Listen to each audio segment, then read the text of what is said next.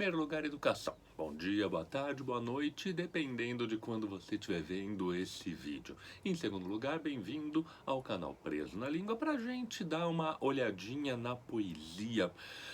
Poesia que, como eu já falei várias vezes, surge nos lugares mais insólitos, mas um dos lugares em que mais me surgem surpresas, coisas diferentes, coisas novas, é nos sebos. Os sebos, essas lojas de livros usados, que em Portugal se chamam alfarrábios, são uma mina de coisas inesperadas. Eu adoro a ideia de que os acervos do sebo são montados completamente ao acaso de mudanças, separações, arrumações, mortes, e aí livros que estavam na casa de alguém foram simplesmente despachados para outro lugar, às vezes por pessoas que não tinham a menor compreensão daquilo que estava na casa de um parente, outras vezes simplesmente por cansaço ou por falta de espaço. Eu entendo perfeitamente o que essa falta de espaço é, apesar de eu raramente me desfazer dos livros. E aí, o que acontece é que justamente as sessões de poesia nos sebos vão apresentando coisas muito inusuais, muito imprevistas, não esperadas. E foi o caso de eu estar passado num sebo aqui na cidade de São Paulo e dado de cara com um livrinho bonitinho, aqui, pequeno, chamado Tempo Inconcluso, de um autor, Geraldo Pinto Rodrigues, do qual eu nunca tinha ouvido falar. Mas o livro publicado pelo Clube de Poetas me chamou a atenção, porque um clube de poetas merece algum tipo de referência, merece algum tipo de preocupação. Então, acabei comprando, estava barato, para ver de que se tratava. E lendo várias coisas, são poemas curtos, pequenos, de um poeta iniciante que, por sinal, tinha ele próprio proposto a ideia da criação de um clube de poetas, num congresso de poesia que teve em São Paulo em 1948. Isso me chamou muito a atenção. Os poemas são muito interessantes, muito bonitos, são poemas curtos todos, uma coisa com uma força juvenil que vale a pena de se pensar nessa altura. Em 48, Geraldo Pinto Rodrigues tinha 21 anos, mas o livro é de 51, ou seja, ele já estava com 24 anos quando este livrinho foi publicado. E sim, eu acho interessante trazer porque a internet borra fronteiras de espaço. Neste momento pode ser que um monte de gente, não tantos assim, esteja me vendo fora dos limites do meu país. Certamente fora dos limites da minha cidade, ou quem sabe fora dos limites do meu estado, pode até fora dos limites do meu continente, mas essas coisas acontecem porque os vídeos estão aqui gravados e ficam latentes. A mesma coisa com relação ao tempo. O que eu estou gravando hoje e que está num determinado contexto pode ser visto por alguém no mesmo dia, ou quem sabe um ano depois, ou até 10 anos depois, a depender da paciência dos provedores de manterem ou não manterem material que fica aqui sem grandes preocupações para o grande público. Eu não sou um influencer, eu não sou uma figura que tenha grande notoriedade, mas eu acho que posso compartilhar algumas coisas. E este vídeo em específico eu estou gravando perto da eleição municipal de 2024, que é uma eleição particularmente bruta, é particularmente violenta, é particularmente baixa. No meio disso é muito fácil a gente ficar descrente das possibilidades de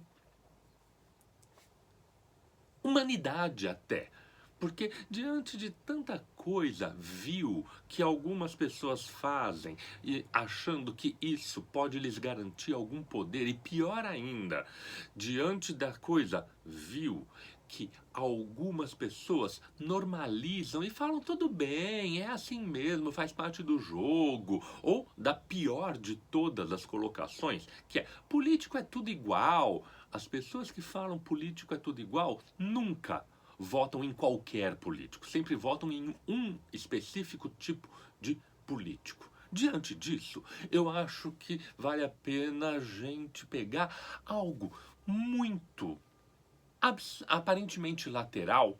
Não quero falar hoje de um poeta importante, com muitas aspas aqui, de um poeta famoso, de um poeta reconhecido, e mostrar que isso também tem raízes, sementes que podem brotar em algum outro lugar. O livro do Geraldo Pinto Rodrigues estava ali, adormecido num sebo, e agora está reflorescendo numa rede virtual. Vamos olhar para a poesia? Olha pra poesia. Olha pra poesia. Olha pra poesia. Olha pra poesia. Olha pra poesia. Olha pra poesia. Olha pra poesia. Olha para a poesia.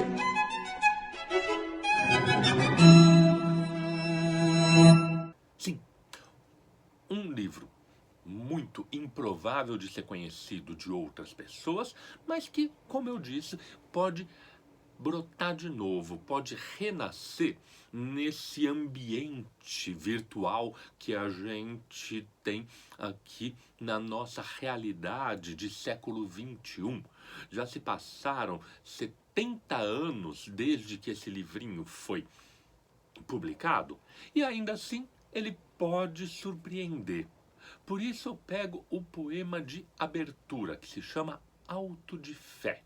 Se este projeto que eu faço de maneira absolutamente pessoal existe, é justamente pela fé de que alguma coisa pode resultar desse movimento espontâneo. Então, o Auto de Fé do Geraldo Pinto Rodrigues é algo que merece também ser revitalizado nessa nossa rede mundial de computadores. Fazer de cada verso um poema, sonoro e completo em si mesmo. Esse jeito de falar imagens é doce a companheira e satisfaz-me. Trago um coração aberto ao mundo e um rio de mágoa corre por meus dedos. 100% singelo, esse poema composto de 3 dísticos que se valem, se encerram em si próprios. 3 dísticos que são, na verdade, uma única frase, cada um deles, apesar de a gente poder desdobrá-los em 2 frases separadas, porque os versos quebram a frase no meio, quebram sonoramente, não no conteúdo. Mas se a gente quiser quebrar os conteúdos, ainda sobram, porque é exatamente a ideia do primeiríssimo dístico, que cada verso seja completo. Cada unidade pode ter a sua completude. E essa proposta de tentar manter a unidade, manter a força agregadora dentro de cada coisa que se faz, é fantasticamente parecida com aquele poeminha que eu já li aqui do Ricardo Reis, para ser grande, ser inteiro. Certo? Nada teu exagera ou exclui. Faça tudo concentrar-se em uma única unidade. A essa ideia de unidade, e lembrando que foi um poema escrito nos anos 50, logo depois de uma das maiores desagregações humanas que a gente teve, que foi a Segunda Guerra Mundial, é uma ideia fantástica, traz uma ideia fantástica, que é justamente a possibilidade de a poesia gerar essa agregação. Uma poesia que se desdobra no segundo dístico para uma ideia de companheirismo. Por quê?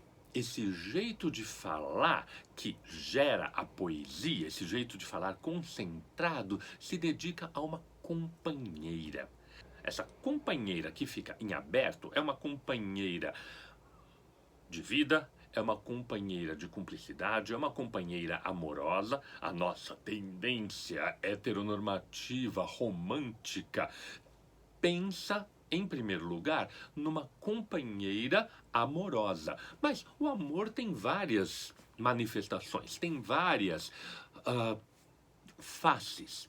E a ideia de companheiro aqui, de estar junto e de compartilhar justamente essa fala concentrada, é algo que pode transcender a ideia de mera relação amorosa. E eu falo uma mera com muitos dedos aqui, muitos cuidados, porque é óbvio que uma companheira amorosa não é uma coisa pequena, não é uma coisa mera, mas a tendência que o romantismo teve de reduzir tudo à exclusividade da relação amorosa fez com que essa relação se apequenasse no conjunto da realidade humana. Para a gente chegar ao final, no último dístico, que tem uma imagem tão interessante, falando de um lado, opondo de um lado o coração e do outro lado os dedos. Mas justamente opondo de uma maneira engenhosa, por quê? O coração é que se abre ao mundo, enquanto o que de verdade, vamos ser objetivos, quem está no mundo são os dedos. Agora, os dedos é que estão perpassados de mágoas, que é um sentimento que, em princípio, deveria estar no coração.